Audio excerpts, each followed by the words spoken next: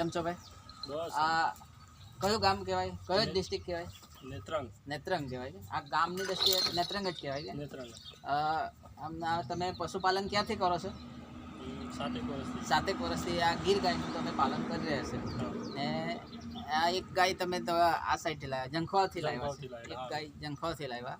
ત્યાંથી તમને આ સીએફસીની માહિતી મળી. સીએફસીની માહિતી મળી કે આ વસ્તુ પશુને ખવડાવવાથી ફાયદા થાય છે. તો તમને શું લાગ્યું, આ શું ફાયદા થશે તમને? ના સારો ફાયદો છે, રિઝલ્ટ સારું છે ગાયનું. એટલે સારું એટલે દૂધમાં, ફેટમાં પણ સારું છે. ને એમ તમે જ્યારે પશુને લાવ્યા, મતલબ ગાયને લાવ્યા ત્યારે કેટલું દૂધ આપતા હતા? એ 2 લીટરની અંદર હતી, અત્યારે 3 લીટર આપી. 2 લીટરની અંદર હતી, આજે 3 લીટર દૂધ આપી રહી છે. મતલબ આજે પશુ જ્યારે લાવ્યા ને ત્યારે અમે બી જોડે જ હતા, ત્યાં જ હતા. ત્યારે એમ એની તબિયત બરાબર હતી નહીં. તો અત્યારે એની તબિયત જોઈએ તો સારી એવી છે. ના સારી છે. તો એનો મતલબ કે આ સીએફસી ખવડાવવાથી તમને ઘણા ફાયદા થયા છે.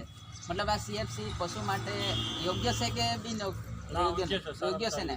લોકોએ આપવું જ જોઈએ, પશુપાલકે એને ખવડાવવું જ જોઈએ એમ. તો એનાથી દૂધ વધે, ફેટ વધે, એની તંદુરસ્તી જળવાઈ રહે, એની પાચનક્રિયા સુધારો થાય, કોઈ મોટી બીમારી નહીં આવે, જેથી કરીને આપણે પશુને આપણે યોગ્ય રીતે સારવાર આપી શકાય. બીજું કે તમે જે એની માહિતી આપી, તો તમે જે એનો મોબાઈલ નંબર જણાવો, જેથી કરીને કે લોકોને એને અમે માહિતી આપી શકીએ. તમારો નંબર બોલો ને.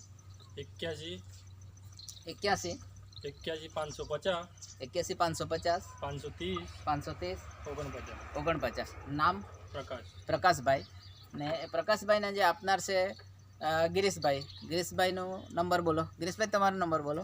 83 003 88 506. ક્યાં રહેવાનું?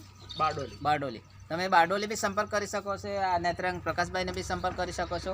ને બીજું કે એક ખેતીમાં બી ઉપયોગ કર્યો છે, તો આપણે ત્યાંનો વિડીયો લઈએ છીએ. Thank you. ઇન્ટરવ્યૂ